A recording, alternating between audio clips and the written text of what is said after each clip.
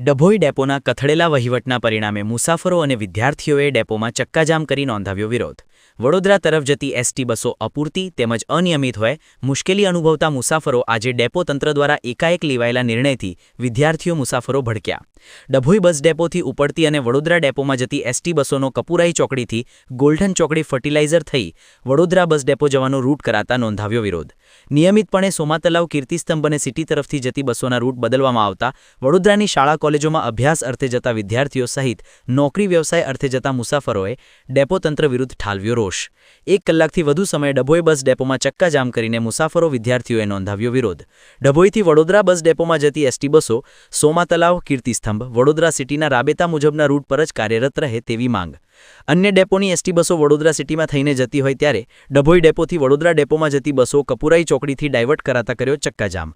રોષે ભરાયેલા મુસાફરો વિદ્યાર્થીઓને ડભોઈ બસ ડેપો મેનેજરે પરિપત્રના કારણે વડોદરા બસ ડેપો તરફનું રૂટ બદલ્યો હોવાનું જણાવ્યું. ડભોઈ પોલીસે મધ્યસ્થી દાખવી વિદ્યાર્થીઓ મુસાફરોને સમજાવી મામલો થાળે પાડ્યો. શું સમસ્યા હતી ચક્કાજામ કરવાનું? ડભોઈ ડેપોમાં ચક્કાજામ કરવાની સમસ્યા ખાલી એક જ નડી છે કે અહીંયા સ્ટ્રિક્ટલી પરિપત્રનું પાલન થતું નથી. રાત્રિ દરમિયાન પરિપત્ર આવેલો છે તેમ છતાંય દિવસમાં બી આ લોકો પરિપત્રનું પાલન કરે છે, બસો રોકે છે, દિવસમાં કોઈ ટ્રાફિક હોતું નથી. ડેપો સિવાય બધા જ ડેપોની બસો જાય છે, કરજણ, છોટાઉદેપુર, બધા જ જેટલા ડેપો છે બધા જ ડેપોની બસો અંદર રેગ્યુલર રૂટ ફોલો કરે છે. પણ આ ડેપોની બસો બાયપાસ જ જાય છે, જેના લીધે મુસાફરોને, વૃદ્ધોને, જે બી કોલેજવાળા છે, સ્ટુડન્ટ્સ છે, બધાને પ્રોબ્લેમ થાય છે. અને એ બધા લોકો એવું નથી કે ભાડો તો ચૂકવે છે ને અમુક લોકોએ તો બચારા પાસ બી કરાયેલા છે, એડવાન્સ પેમેન્ટ આપીને આવી બધી સમસ્યાઓનો સામનો કરી રહ્યા છે. તો પછી એનું નિરાકરણ શું? એના માટે આજે અમે આ વસ્તુ કરેલી છે ને આ વસ્તુનો અમારે જરૂરતથી વધારે જેટલી વહેલું થઈ શકે ને એટલું વહેલું આનું નિરાકરણ તમારે લાવવું પડશે. કેટલી બસો રોકી હશે હાલમાં? બસો તો વધારે રોકાઈ નથી, એમ તો ખાલી 5-6 એટલે ડભોઈ ડેપોની જ બસો છે ને એ બી રેગ્યુલર, આમ બી કોઈ દિવસ ટાઈમ હોતી નથી ને બસો રોકી નથી. અમે બસો રોકી નથી, બસોને ખાલી એટલું કીધું છે કે તમે અમારી આ સમસ્યા છે આનું નિરાકરણ કરો, અમે જવા તૈયાર છે.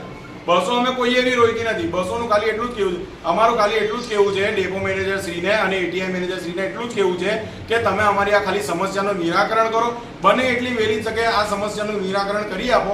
અમે બહુ હેરાન થઈ ગયા છે ને અમે ડેપોથી તો બહુ ત્રાસી ગયા છે સાહેબ. આ બસોને ચક્કાજામ કરવાનું એનું કારણ શું? કારણ એટલું જ હતું કે સવારે બસો જતી જ નથી.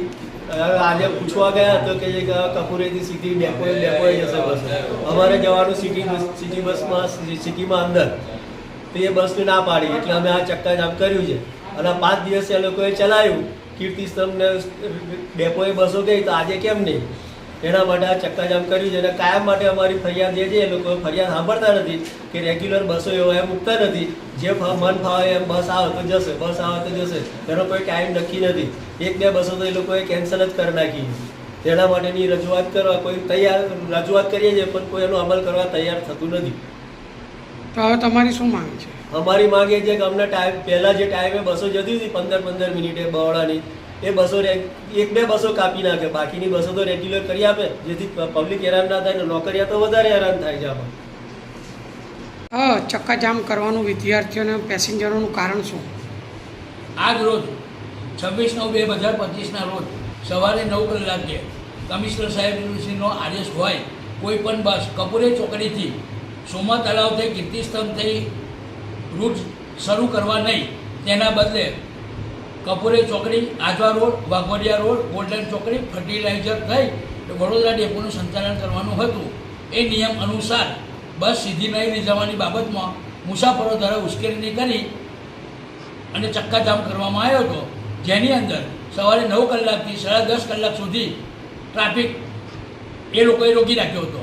અમારા દ્વારા પોલીસ સ્ટેશનમાં જાણ કરી પોલીસ બોલાવી બાદ આ પ્રશ્નનું નિરાકરણ આવી ગયેલ છે. આ મુસાફરો કાયમના છે, કાયમના ટેવાયેલા છે, વારંવાર ફરિયાદો કરવા માટે પણ ટેવાયેલા છે, ઉશ્કેરણીજનક ભાષણ કરવા માટે પણ ટેવાયેલા છે. વારંવાર એમને સપોર્ટ કરવા છતાંય એ લોકો કોઈ તો કશું કંઈ માનવા તૈયાર છે નહીં. અને 4-5 જેન્ટ્સ હતા અને 2-3 લેડીઝ, એ લોકોએ જ ઉશ્કેરણી કરીને 1.5 કલાક એસટીનો સમય બગાડ્યો છે. ખરેખર